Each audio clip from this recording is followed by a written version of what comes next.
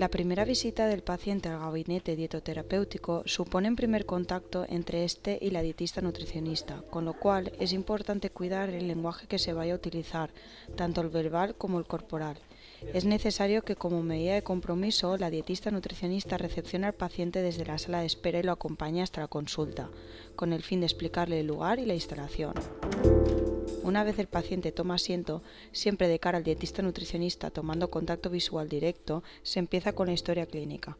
Esta es una herramienta fundamental para la evaluación del paciente para que posteriormente se pueda proponer el mejor tratamiento. En la primera entrevista se invierte alrededor de 1 hora y 30 minutos y consiste en la recopilación de información del paciente estructurada en un formato determinado por cada dietista nutricionista. El formato sigue una serie de directrices que deben permitir mantener un flujo de información claro y conciso para que el paciente observe una correlación de aspectos importantes para el dietista nutricionista. Sin embargo, al mantener una información fluida puede dar lugar a que el paciente no aprecie la realización de preguntas de forma directa y, por tanto, se eluden todas aquellas respuestas cortas a través de las cuales apenas obtenemos información. En ningún momento se debe perder el contacto visual con el paciente y hacerlo en las menores ocasiones posibles. Una vez definidas las características actitudinales en la primera visita, es necesario conocer las partes que la integran. En este sentido, es importante mencionar que todas las partes de la historia clínica son necesarias para la valoración del estado actual del paciente y poder, por tanto, buscar soluciones a través del mejor tratamiento. Una de las primeras partes integrantes sería la recogida de datos personales de forma generalizada. Seguidamente contemplaremos el motivo por el cual acude a la consulta para valorar la actitud con la que accede al tratamiento, aunque no se pregunta de forma directa. Los motivos de consulta de un gabinete dietoterapéutico pueden ser diversos, entre prevenir enfermedades, tratamiento de una o varias patologías relacionadas con la alimentación, la revisión del estado nutricional, la adquisición de conocimientos sobre alimentación y nutrición para llevar a cabo un buen estilo de vida, el estudio de la composición corporal, entre otros. Es importante conocer los aspectos clínicos que estén asociados tanto al motivo de consulta como no. En este sentido, es necesario conocer los antecedentes personales en cuanto a patologías e intervenciones quirúrgicas. Estas pueden derivar en dificultades de movimiento y, por tanto, en un estilo de vida menos activo. Además, deberemos conocer el estado de salud actual, que se refuerza con una prueba bioquímica completa. A través de ella podremos observar parámetros analíticos alterados, que serán el punto de partida de muchos de los tratamientos, teniendo en cuenta el tipo de alteración y los hábitos alimentarios. También deberemos conocer cómo transcurre el proceso digestivo, así como detallar problemas de movilidad o masticación, que al fin y al cabo pueden dar lugar a modificaciones en los hábitos alimentarios. Ya que hablamos de patologías y estados físicos alterados, es vinculante el detalle de los fármacos que tiene pautado el paciente, la frecuencia de su consumo y con qué lo suele acompañar. Con todo ello, conoceremos las posibles interacciones con los alimentos, así como la responsabilidad que el paciente asume con su salud al tomarlos.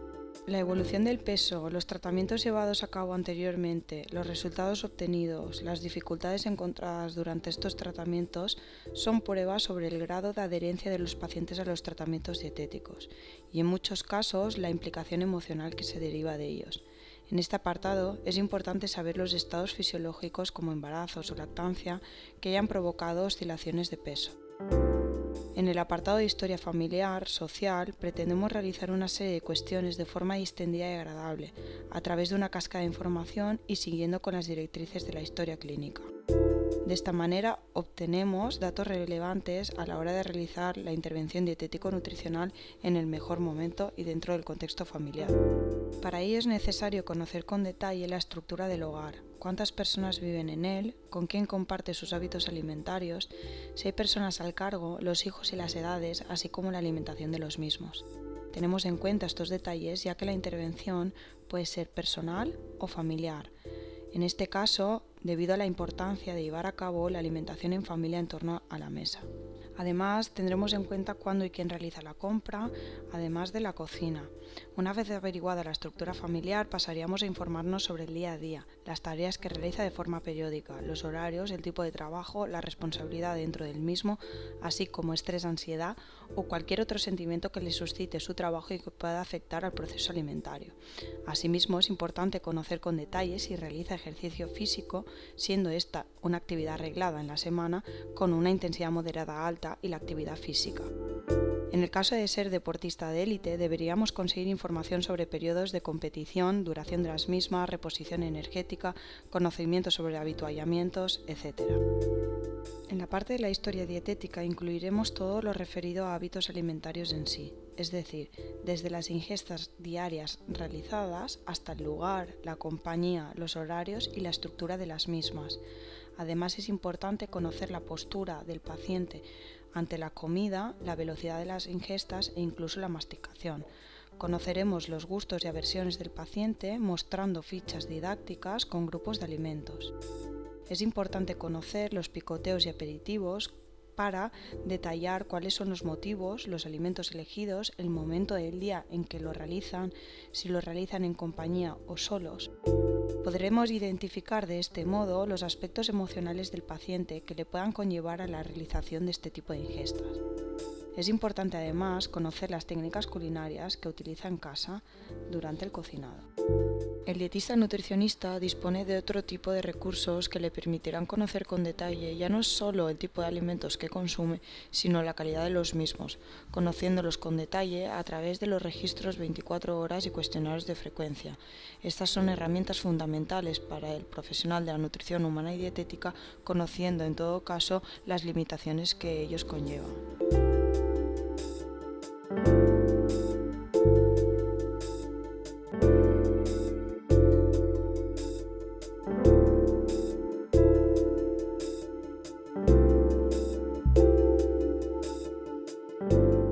Una vez obtenidos los datos correspondientes a las diferentes secciones de la historia clínica, se realiza la valoración de la composición corporal del paciente. En primer lugar, se realiza la medición de la altura, cuyo dato se obtiene a través del tallímetro.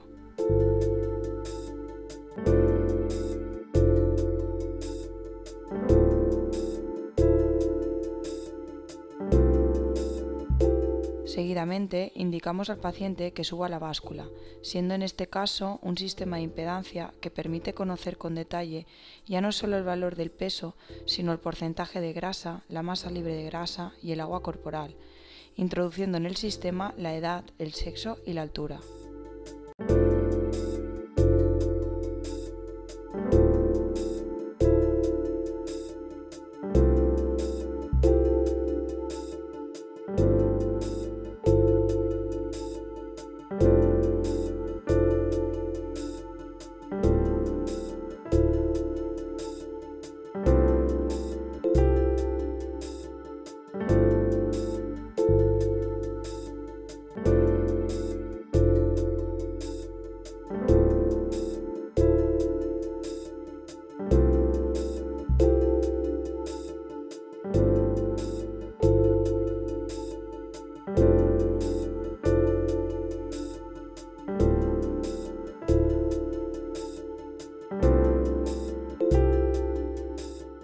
Una vez obtenidos estos datos, se determinan la medición de la cintura y la cadera para poder obtener el índice cintura-cadera y determinar el riesgo cardiovascular que pueda padecer el paciente.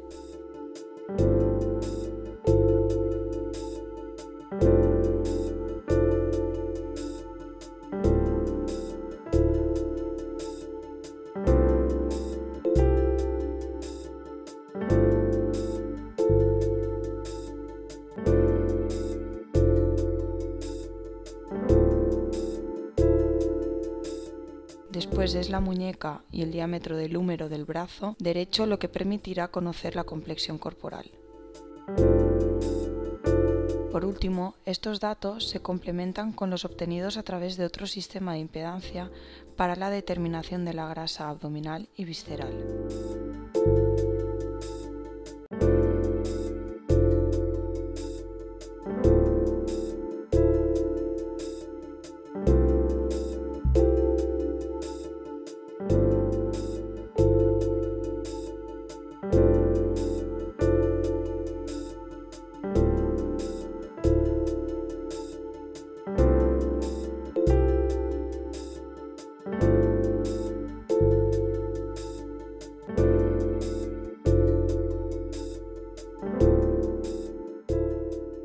vez obtenidos todos los datos, se le explica al paciente el resultado obtenido de su valoración de la composición corporal,